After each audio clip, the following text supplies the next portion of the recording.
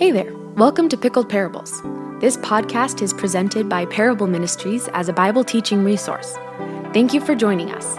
Pickled Parables is a podcast about taking in and living out the Bible. Here we will study, contemplate, and testify to the Bible's incredible teachings and how it leads us to live better lives. To stay up to date with all things Parable, follow us on Instagram at parable_ministries and visit our website at parableministries.com. We hope today's message finds you well.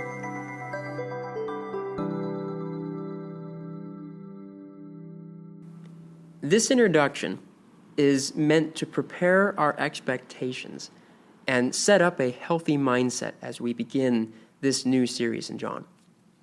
We've studied through a book of the Bible before in this podcast.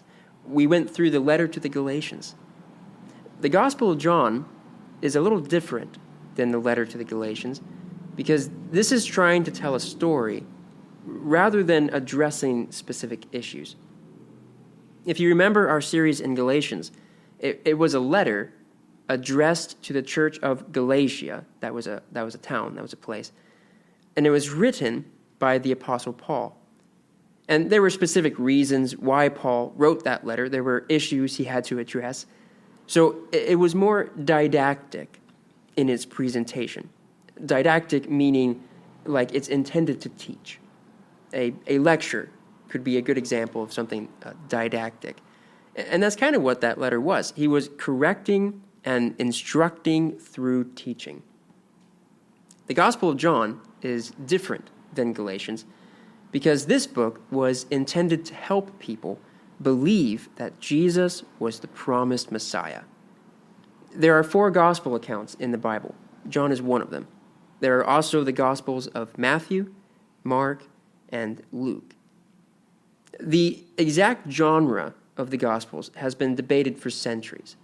You know, like what kind of literature it is. And it's still debated today. My stance on this situation is that they appear to be biographical in nature, but more narrative-driven in structure. That's what I've observed. For instance, the Gospel of Matthew was written to a more Jewish audience. And the author's goal was to prove that Jesus was the promised person of the Old Testament. He wanted to prove that Jesus was the prophesied king who would come and establish God's kingdom on earth. So he starts out his book with a genealogy that starts with the father of all Israel, Abraham. He works his way down in a stylized format down to King David. And then he works his way down again to Jesus Christ, who he is declaring to be the Messiah, the descendant of all these leaders and kings. It's a 3-part structure made up of a lot of sevens.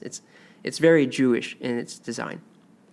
He then details the virgin birth and makes claim that Jesus is the fulfillment of this ancient prophecy. And then immediately, he tells a story about some official wise men coming from another country to Jerusalem because they want to worship and acknowledge the newborn King of Israel. That's all within the first 2 chapters of Matthew. He's using Jesus' life and the events that happened in his life to tell a story about why we should believe that Jesus is the Messiah. Each of the gospel accounts, Matthew, Mark, Luke, and John, use Jesus' life like it's a biography, but they don't necessarily tell it in chronological order, and they instead rearrange events in order to tell a specific narrative. Now, another example could be the Gospel of Mark. This book was written to a more Gentile audience, a more Roman audience. His opening statement is the beginning of the gospel of Jesus Christ, the Son of God. But he doesn't begin with the virgin birth like Matthew records. He instead starts with the ministry of John the Baptist and the baptism of Jesus. The reason he does this is because Mark is telling the story of Jesus, but he has a different emphasis that he wants to make. A big theme throughout Mark's gospel is understanding who Jesus is. He's a divisive character in the story. Some people want to follow him, others want to undermine him, and still others aren't really sure what to think about him. The people who do follow him, specifically his disciples, they kind of misunderstand him. They see Jesus as this victorious, conquering king who's going to retake Israel from the control of the Romans. But Jesus is really intentional, and he keeps redirecting their attention away from that idea. Near the conclusion of the story, Jesus is dying on the cross, and there's a Roman centurion who is awed by Jesus' cry, and he's the first person in the book to declare, "Truly, this man was the Son of God." The four Gospels were each written for different audiences, and because they were written for different people, they carry different emphasized points. Matthew wants to show that Jesus was the promised king of the Old Testament who would bring God's kingdom to earth. Mark wanted to make people ask, who is Jesus? And then he emphasized the crazy claim that the Jesus who was crucified and then rose from the dead, he is the Messiah. The primary goal of the gospel writers is to prove that Jesus is the Messiah. And they want to help you be confident as you put that belief behind that idea. This is important for us to acknowledge, especially among Western cultures, because ever since the 17th century, when deism took a hold, we have been conditioned to defend Jesus' deity. And so now when we read through the Gospels, our lenses have been shaped to look for evidence that proves Jesus is God. The Gospel writers and the people that they wrote to, they sat with a different historical perspective. They didn't seem too bothered with the idea that God could have stepped into history as a God-man named Jesus. Now, there were people who took offense at that and they tried to stone Jesus, but overall, especially in the Greek and Roman cultures, that wasn't a big problem for them. Instead, the big question was, is this Jesus of Nazareth, the one anointed, appointed, designated, empowered, and solely authorized to fulfill God the Father's will on earth? They wanted to know if Jesus of Nazareth was the Messiah. I should note that these gospel accounts, they do include the fact that Jesus pre-existed as deity, as the second person of the Trinity. And we'll see that in the first chapter of John. There is plenty of evidence to show that Jesus is God in the flesh. But again, that wasn't their primary emphasis. And that's good for us to recognize.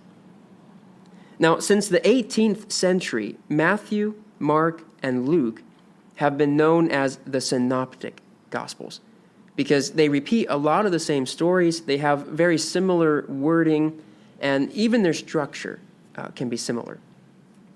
John sits outside of the synoptic gospels, because it's rather unique in comparison. Instead of being filled with Jesus' parables, it's filled with metaphors and similes. Instead of having the Sermon on the Mount, it has the upper room discourse. It tells the story of Jesus, but it's different in how it goes about it. Again, I believe this book is influenced by the audience that it was written for. As a Bible teacher, I would tell the story of Jesus differently to middle schoolers than I would to young adults. And that's kind of a silly example, and really that's only me thinking within the category of an age gap. John is writing to people of different cultures, and that influences a lot more than just an age gap. So anyhow, let's talk about the author and the audience and the book's purpose. The Gospel of John was written anonymously. And what I mean by that is the author didn't sign their name on the parchment anywhere. The author simply referred to themselves as the disciple whom Jesus loved. That was their identification. Early church tradition credits the Apostle John, the son of Zebedee, as the author of this gospel. But of course, since then, there has been lots of debate about if it was a different John, like John the Elder, or if it was someone not even named John. I take the position that it was the Apostle John, the son of Zebedee. But if I was proved to be wrong, it wouldn't really shatter my world. I'll share with you why I've come to the conclusion that it's most likely John, the son of Zebedee. Some of the language in the gospel here denotes an awareness, if not even a participation, in the earthly ministry of Jesus Christ. In the 4th paragraph of John's prologue, he says, "The Word became flesh and dwelt among us, and we have seen his glory, glory as of the only Son of the Father, full of grace and truth." The pronouns that I'm looking for here are us and we, showing that whoever is writing this is including themselves with residing with Jesus. He dwelt with us, and seeing the glory of Jesus. We have seen his glory. So within this book, the question is then asked, who is the we? Who did he dwell with, and who saw his glory? That answer comes right after Jesus' first miracle. It says in chapter 2, verse 11, right after Jesus turned water into wine, this, the first of his signs, Jesus did at Cana in Galilee, and manifested his glory, and his disciples believed in him. So right there, we're told that Jesus' disciples witnessed the manifestation of his glory, and as a result, they believed in him. So Jesus' disciples are the we, and that conclusion can be collaborated with the identification of the disciple whom Jesus loved. So then the question becomes, which of the disciples wrote this gospel? The first time the phrase, the disciple whom Jesus loved, is used is in chapter 13 during the Last Supper in the upper room, also known as the upper room discourse. It says, one of his disciples whom Jesus loved was reclining at table at Jesus' side.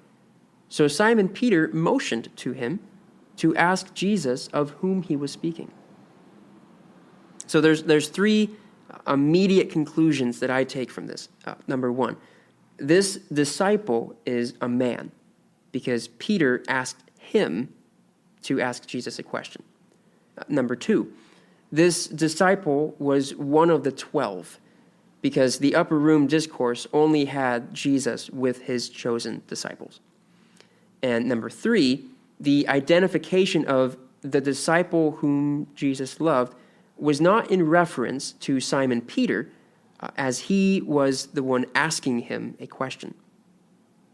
By the same logic, it also wasn't Judas Iscariot, it wasn't Philip, Thomas, or Judas the son of James, because they're all mentioned in the same way as Peter during this upper room discourse. Continuing this process of elimination throughout the rest of this book, we're only left with Matthew, Simon the Zealot, James the son of Alphaeus, and John the son of Zebedee. Matthew is credited with writing the Gospel of Matthew, so he would be an unlikely candidate. Simon the Zealot and James the son of Alphaeus, they're kind of obscure figures throughout the New Testament. Honestly, I don't know a lot about them.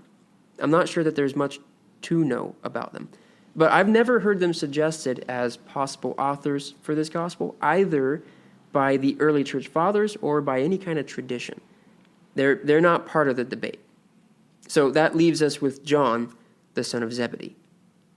That's the internal evidence I see for John being the author. This doesn't include the external, the extra biblical resources that help put John in the authorship seat. I'm not going to go over all of that. If you would like to look at that, I would suggest looking at some of Polycarp's writings. Polycarp, he claimed to be a disciple of John, and one of the things that he said was that John wrote this gospel while he was a resident at Ephesus in Asia. That's one thing there, but there's more. There's more if you'd like to look at it. Let's look at the audience now. The people that John wrote this gospel for were both Jews and Gentiles. He's addressing two different audiences at once. However, these two audiences seem to share a commonality: Greek influence. Besides Polycarp, there's another church father named Irenaeus, who also said that John published this gospel while he was a resident at Ephesus. Now, I'm assuming that the timing of this writing, I'm assuming it took place around 70 AD, maybe later, probably later.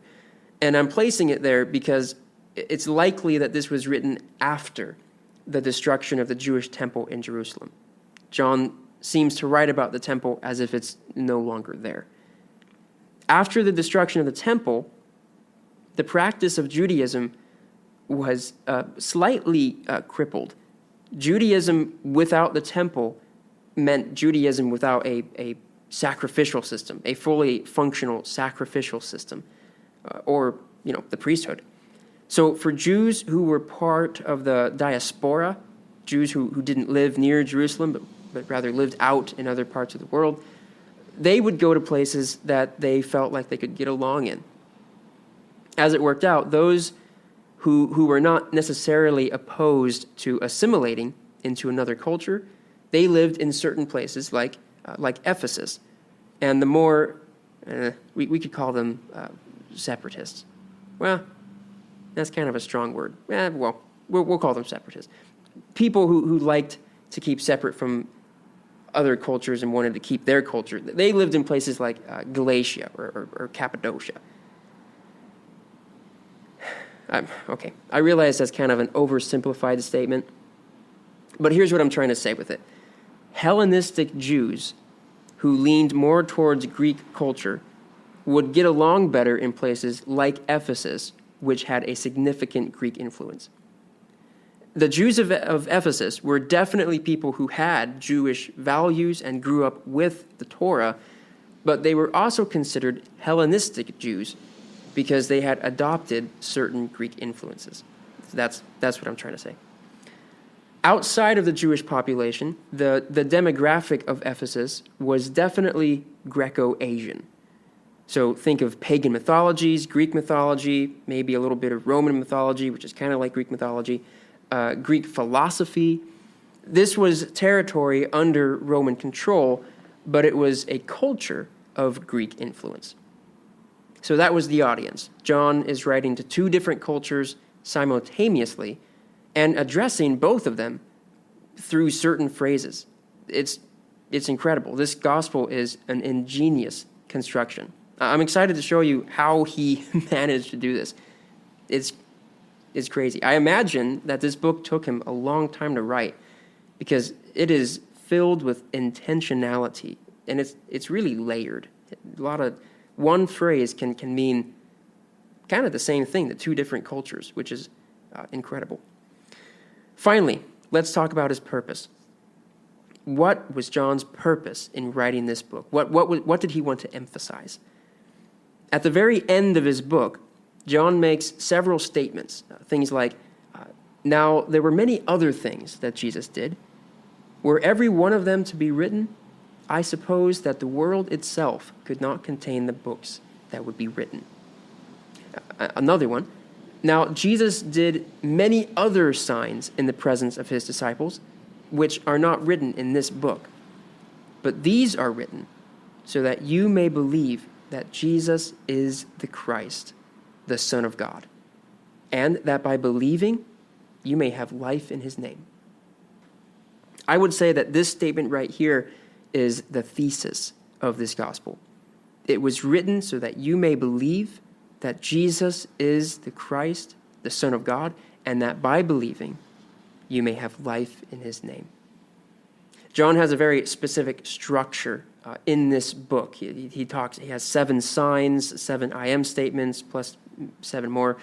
he has a very specific structure in this book that helps emphasize this main point. But we'll look more at that as we get further along. As we end this introduction, let's remember the mindset that we should have as we approach this gospel. This book is kind of biographical in nature, especially how the ancient world considered biographies. But it's more narrative-driven in its structure, meaning that the author wants to use the good news of Jesus' story to make a specific point for his audience. As we read through this, we should read it as it's presented. It's a narrative. A story is being told. We should also remember the historical situation of the original audience. This was written to a people who are no longer alive, but it is also meant for us here today. Sometimes that gets put backwards. So people say something like, this was written to me, and it was for an ancient audience. That's incorrect. It was written to an audience locked in time, yet its value is timeless and therefore beneficial for anyone alive today. So we should certainly be aware of that. In addition, we should come to this study with an awareness that we have different cultural and historical perspectives compared to that of first century Christians. We use a different lens when we look at the Bible. So that's something that we should check at the door as well. Lastly, we should come with an attitude of joy, because this is going to be a joyful study. We're going to look at the gospel of Jesus Christ as it's told by the Apostle John. This is an incredible thing that we get to do, and we should come with an excited reverence. So starting next week, we'll enter into John chapter 1, and we'll look at the first 18 verses, which is considered to be the book's prologue. If you want to get the most out of this study, I would suggest reading through those first 18 verses in preparation. That would be really good. That would be a good help for you, because then you'll have a better, maybe a refreshed understanding of what I'll be teaching through. So that's totally optional. It's up to you. But either way, starting next week, we'll get into John chapter 1. Thank you for listening to Pickled Parables. If you enjoyed this message, please rate us, subscribe, and share with your friends. If you're interested in more things like this, check out our secondary podcast called My Dusty Bible. To stay up to date with all things Parable, follow us on Instagram at parable_ministries and visit our website at parableministries.com. Parable is a volunteer organization, and we would deeply appreciate your prayers. Thank you for joining us today. We'll catch you later.